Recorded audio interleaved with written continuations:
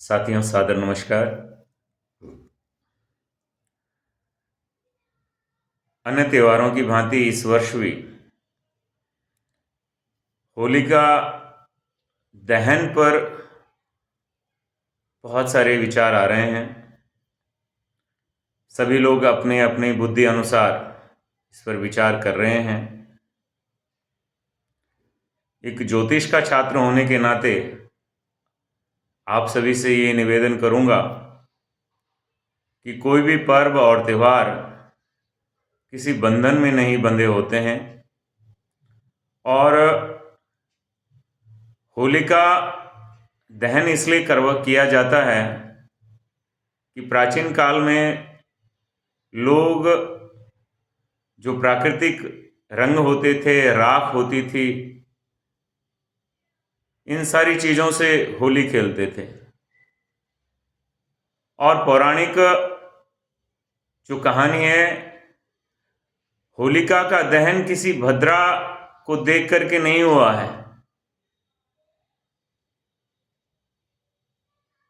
इसलिए जो लोग इन विषयों को लेकर के लोगों को भ्रमित करते हैं, उन लोगों से मैं ये कहना चाहूँगा कि आप लोग कृपया इस प्रकार की जो अफवाहें होती है, इस प्रकार के जो नकारात्मक प्रभाव होते हैं त्योहारों पर, उन्हें लोगों तक ना पहुंचाएं। कुछ लोग कहते हैं कि भाई साहब, भद्रा सायंकाल 6 बजे से लग रही है, 5 बजे से लग रही है, 5:30 से, और ये प्रातःकाल तक रहेगी।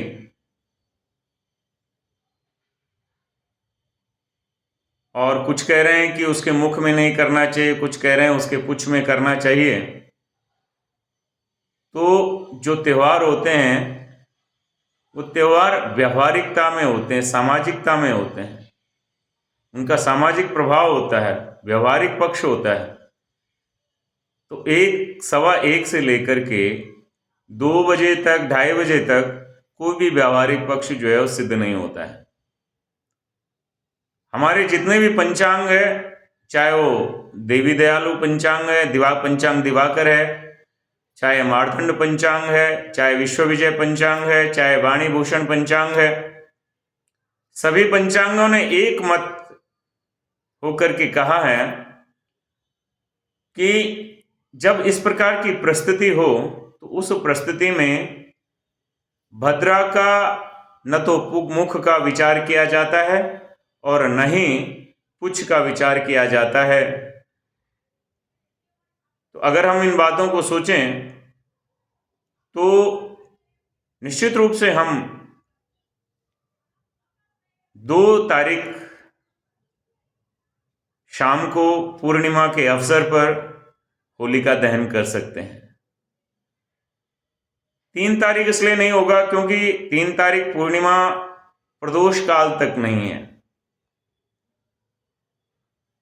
इसलिए 3 तारीख को होलिका दहन संभव नहीं है। और जो रंगोली है, रंगों की जो होली है, वो होली 4 तारीख को, यानी 3 तारीख को छोटी होली और 4 तारीख को बड़ी होली। ये हमारी परंपरा से चली आ रही है कि एक छोटी होली होती थी, एक बड़ी होली होती थी। उसका कारण भी यही था कि थोड़ा सा समय में आगे पीछे हो जाता था, इसलिए लोग छोटी और बड़ी का रूप उसको दे देते थे। इसलिए मेरा सभी से आग्रह है कि आप लोग किसी भी प्रकार से किसी भी भ्रम में ना पड़ें। आप लोग होलिका दहन 2 मार्च को, यानी कल, बड़े उत्साह के साथ कर सकते हैं। अपनी जो हमारी आदि व्याधि, हमारे रोग दोष, उन सबको उस होलिका में दहन करें। आप सभी का जीवन मंगलमय हो। आपके लिए ये होली शुभकारी हो, मंगलकारी हो, इसी कामना के साथ पुनः बहुत बहुत शुभकामनाएं।